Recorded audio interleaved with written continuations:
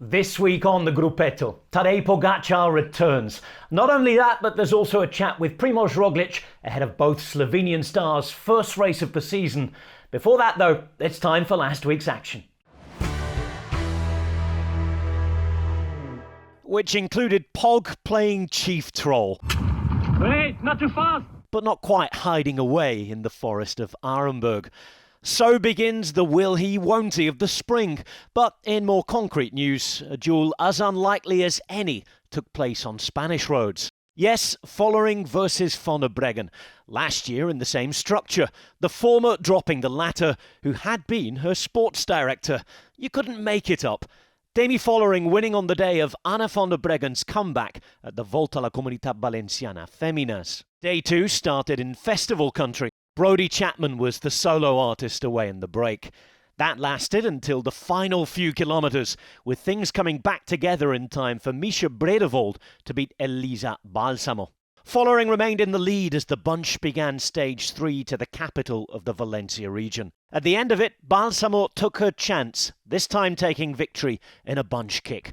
It was a 34-second lead before the final stage from Elche to Alicante, and despite a strong 9-rider break into the last 50 Ks, things came back together for Balsamo to win once more, and Follering confirmed her first stage race win in her new FDJ Suez colours.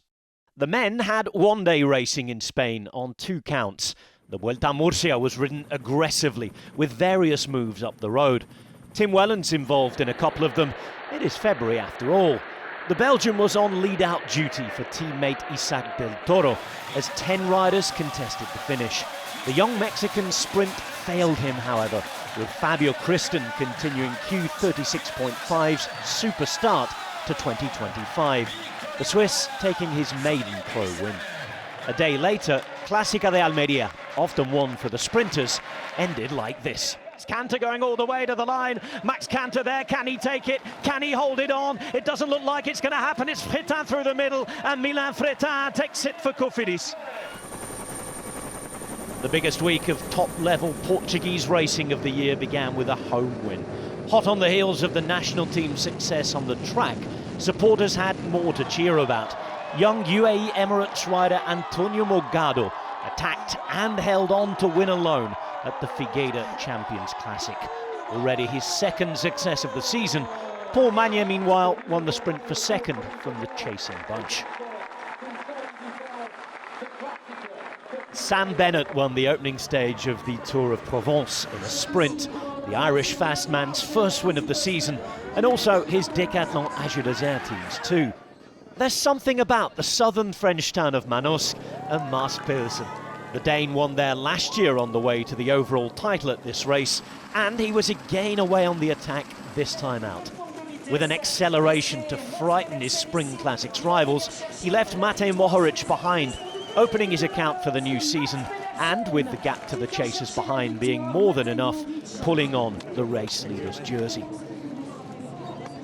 And that's how Pedersen would end the race too, narrowly avoiding a nasty crash in the final 100 metres of Sunday's stage and holding on to the GC as Bennett took another victory. Earlier in the week, the Tour of Oman, always a popular fixture on the calendar among riders, took place over 5 days. Olaf Koy got his year off to a tremendous start, the Dutchman winning stages 1 and 4 in his Visma Lease bike colours.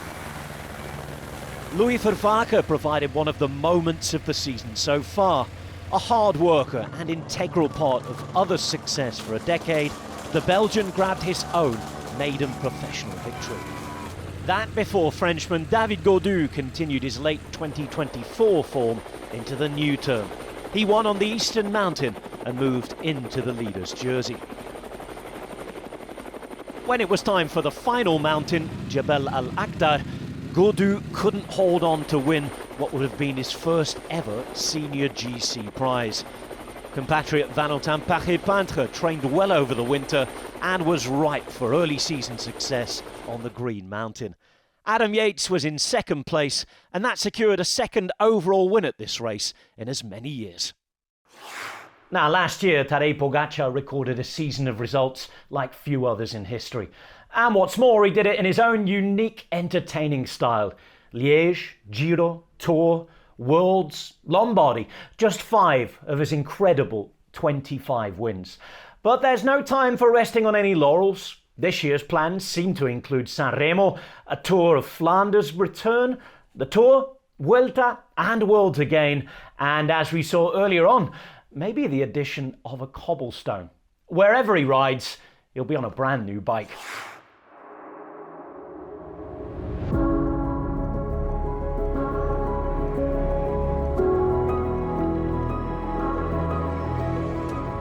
Hello everybody, I am Filippo Galli and I'm a project engineer in Colnago following the performance of the new Y1 RS development. Y1 RS design is very innovative and disruptive.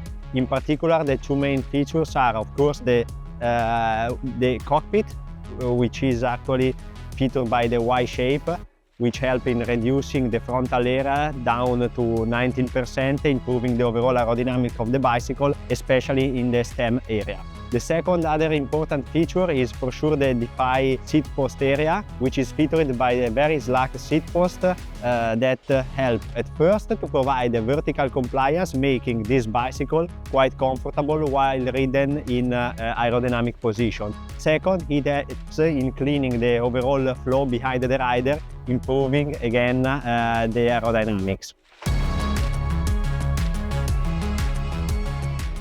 At the end, combining all the advantage and performance of this bicycle, aerodynamic advantage that can reach up to 20 watts at 50 km per hour in the wind tunnel, the stiffness of the bicycle, the weight of the bicycle, we think that this bicycle is for sure the right choice for fast races, like sprint stages or very high-speed races.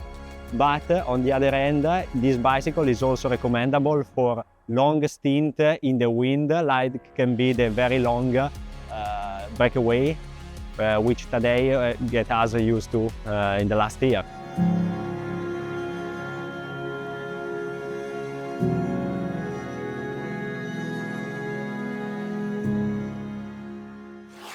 That takes care of Pog, but what about you Rog fans? Well, on Wednesday, the Slovenian GC superstar starts his own season in Portugal at the Volta ao Algarve.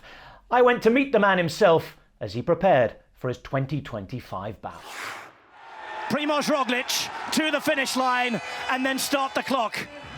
Roglič is going to take the stage win on stage 20 at the Giro, but will it be enough to take the Maglia Rosa?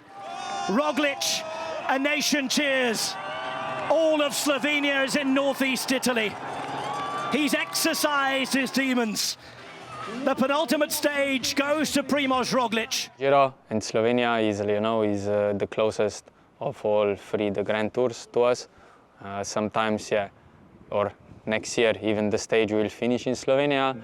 So, it's just great to be a part of that. What about the changes this year? Because I know this last year was the first year in the new team for you. You were the new guy, you were the guy that maybe made everybody step up, but now your boss is talking about a mental coach, a nutritionist, Dan Biggin coming in as well. Can you feel changes? Yeah, now, let's say, it feels again a new team.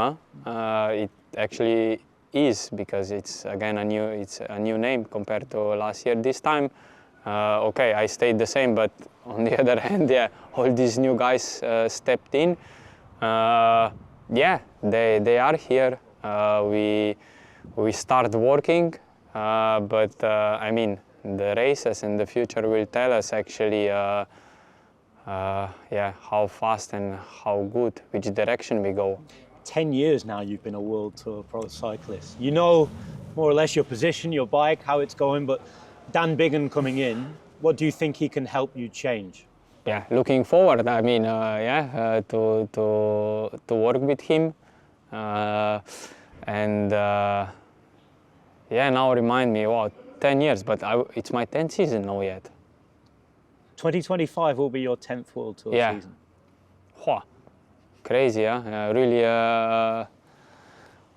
getting old, but a pleasure to still be a part of it. How long will you be a part of it? Do you have an idea? I have no idea. The thing is, as long as you have a passion about it, it's not about age at all, but just as long as you see yourself, willing to do all these things, willing to be a part of it. How was 2024 for you? Another Vuelta win. Would you class it as a successful season? I mean, definitely. I stepped in a new team. Also not so many teams won a Grand Tour and some other races. So, wanted or not. I mean, on one hand, it's really nice, to win the races, but on the other, is always, unpleasant because next year you want more, So we are already stepping in some shoes, for next year, and always a challenge. We all like challenges, so to try to do even better. The biggest week of the men's stage race season is upon us then, and not only is it busy, but it is packed with quality. The UAE Tour runs the course of the week. Two-time winner Pogačar, the headline name, of course. There's a time trial, 2 mountaintop finishes, and watch out for any wind on the flat days where many of the world's top sprinters are scheduled to meet. The Volta a Algarve sees Geraint Thomas ride the first European race of his final professional season. We've got Roglič versus Vingegaard. The latter will be helped by Van Aert. Almeida will be the home favourite for Portugal. I'll be in the commentary box for that one, with Bardet's final farewell tour beginning as well. And in Andalusia, Pidcock races again. Bernal will wear the Colombian champions jersey for the first time in competition, and that'll be against Spanish GC star Mas. You can see all of those races live and on demand across our platforms all weeks long. That's it for this week then. We'll see you next Monday for more Gruppetto. Until then, enjoy the racing.